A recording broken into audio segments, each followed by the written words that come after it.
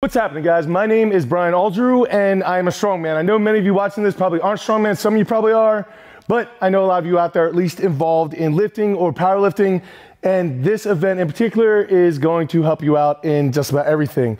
So today we're going to talk about stones. Now, when you think about strongman, that's exactly what you think about. Whenever I tell someone that I compete in strongman and they look at me like I have two heads, I say, you know, the guys that like pick up the big stones, and then everyone knows what I'm talking about, right? However, it's such a quintessential event, and yet so many people have never gotten a chance to do it or touch them, and it actually can help you a lot with your lifting, even if you are a powerlifter, because you're going to be working your upper back, your traps, your crush strength, your squeeze. You're going to learn how to use your lats in a completely different way, which is going to help you keep that bar tighter to you on your deadlift and just stay locked in more in general on your squats. It'll help, all right? And plus, it's always fun to train something new and just do something different. We've covered different things here. First off, traditionally, stones are made of concrete, all right? So this is a typical concrete stone here. Everyone asks if there's rebar or anything in them. There's absolutely not. It is literally just concrete, all right? Sometimes you can stick weights on them and lead to make them more heavy. But then a guy named Mike Bardos came up with an idea to make a stone of steel, which is basically just two spheres together here, and you can plate load it inside, all right? So both of these are traditionally what you're going to find at any type of strongman gym. Some powerlifting gyms, some CrossFit gyms will have these. However, I know a lot of you at commercial gyms or at your home gym are not going to be taking part in anything like this, but you might have access to a big heavy slam ball or potentially a heavy packed sandbag. So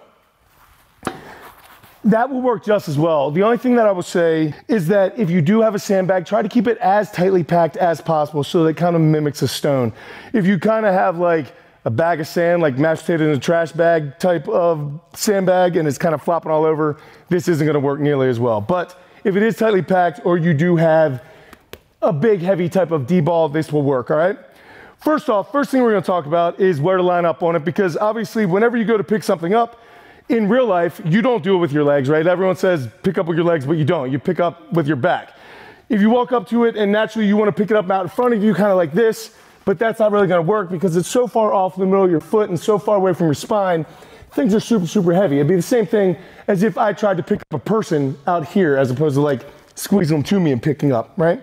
Same exact thing. So when you line up on a smaller stone, you're just going to want to line up your feet basically with the hemisphere. Like if you think about the equator kind of running along this, you kind of want to keep everything as much lined up with the middle of your body as you can. Now, as the stones get bigger, you're not going to be able to do that because you just biomechanically can't, and it's going to be out in front of you more. But for right now, to keep it simple, just line up the equator with the middle of your foot, and then you're going to take your hands, and people do different things here, right?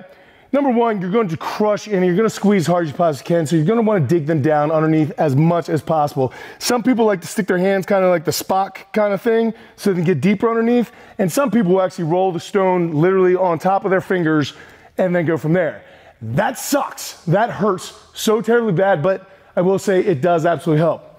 But from here, all I'm going to do is take my hands, dig them right underneath. Now remember that equator line that I was talking about?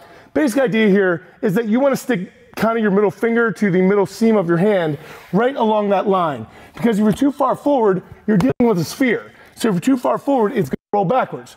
If you're too far back, it's going to roll forwards. So again, middle of your foot, middle of the sphere, middle of your hand, all go together, dig as deep as possible. From here, you're going to get a big belly breath, and you're basically going to do an RDL, all right? You can't push the ground here with, or you can't really pick it up with your legs as much.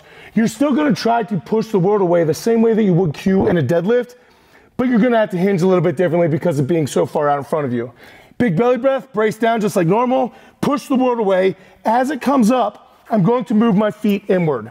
So here, as I'm coming up and it starts to clear my knees, I bring my legs in, all right? From here, I can sit down because I have biomechanical strength kind of just supporting this, okay? I can sit here all day as long as I stay balanced. But I can adjust where this thing is going to go. If you guys have a sandbag, it's not going to be as big of a deal, but if it is a stone, you do not want to move this thing until you absolutely have it where you want it, or else it's going to move for you. Logically right here, everyone's thinking, I'm going to stick my hands underneath this thing because that's going to give me the most room to bring it up, right? Because that's how you're going to be able to support it. So you go, and the problem is your face gets in the way. You literally have no more real estate. You can't do it, right? Number two, you're going to hurt your bicep. Don't do that. Some people go around the middle of it, And that works pretty well for smaller stones, but as it gets bigger, again, your face gets in the way, all right? You can't really do it. And when you're doing this event, you're always either loading to a platform, over a bar, or up to your shoulder, okay? So it's always a high load. It's not like you're barely picking it up. Unless you're someone like Brian Shaw, who is like 9 foot tall, then you don't need to pick it up as high. Someone like me, I'm gonna be getting a big extension from it. So where I place this thing is gonna be very, very important, and where I put my arms is even more important. So when it's here on my lap, what I wanna do, as opposed to going underneath or even around the sides, is actually go over top. So I think of my arms almost like gorilla arms, right? Like I just drape them over top as far as I can, and then I crush it to my body. I'm literally trying to squeeze the life out of this thing, essentially row it, using my lats as hard as I possibly can and not letting this thing move. Now, where you place this thing on your body is going to depend, because if I'm here, even if I'm over top, if it's low on my belly, when I go to drive and pick this thing up, it's gonna slide, it's gonna slip underneath, right? So in order to change that, when you're here in this lat position and you can move the stone around, if you roll this thing further out on your knees, you can get higher on your chest. Ideally, you wanna place this thing kind of like where like your Superman symbol would be, or like your Batman symbol, right? You want it up on top of that, so it kind of has a slope and some purchase where it's gonna sit. So if I have it sitting here and I pick it up and it's deep, if I go to move again, it's gonna slip under. So what I need to do is adjust it out a little bit, get my chest higher so my chin actually sits on it. Once my chin is sitting on it, then I drape over, raise my hips, big belly breath, and then I basically like kettlebell swing. I just take my hips from point A to point B as hard as I can, and that moves it vertically. So I go here, big belly breath, and it comes up, all right? Now, the whole idea here again is either I'm loading up to a platform, in like a strongman competition, typically you go to a platform, or they'll have a bar set up where you're going over top of a bar, or you can go to your shoulder. For everyone watching this video who is not part of the strongman community, or might just be doing this as part of like an assistance exercise for their back, or their traps, or their upper body, what I recommend that you do is go from here, get it high on your chest, and you can do a number of things. Number one, you can just do extensions where you're going here, try to hold, come back down. Try to hold, come back down, okay? That's one option if you want to be more explosive with it. I will use this a lot before something like my squats or my deadlifts to kind of get my hips and kind of my posterior chain kind of being as snappy as possible. So I actually take something like this and throw it over my shoulder. This is really useful for something like a sandbag. So from here, once I get it where I want it, I get a big belly breath, I take it on my shoulder, and you want to let it go the other side. All right, now you're gonna find that if you're using something like a tightly packed sandbag or one of these D-balls, you can actually crush a little bit, all right? Which is highly, highly useful when it comes to actually moving something of weight. If you guys, literally, you might be able to do 200 pounds in a sandbag, no problem at all.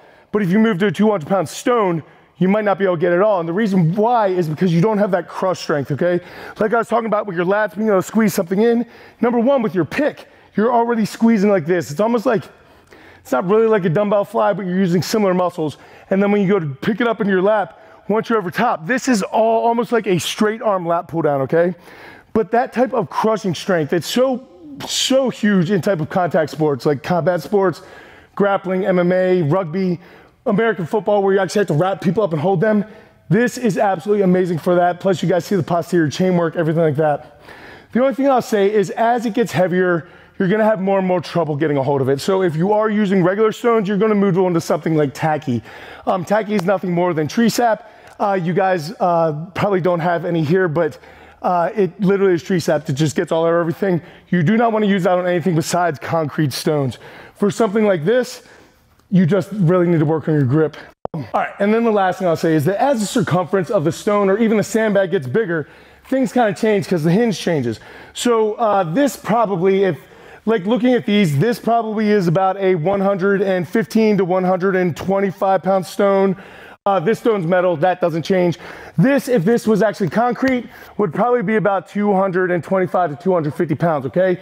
When you start getting up to bigger stones, like 400, 420, 500, 600 pound stones, talking about world record breaking stones, the human body loses the capability to actually hold on to it because of little T-Rex arms that we have.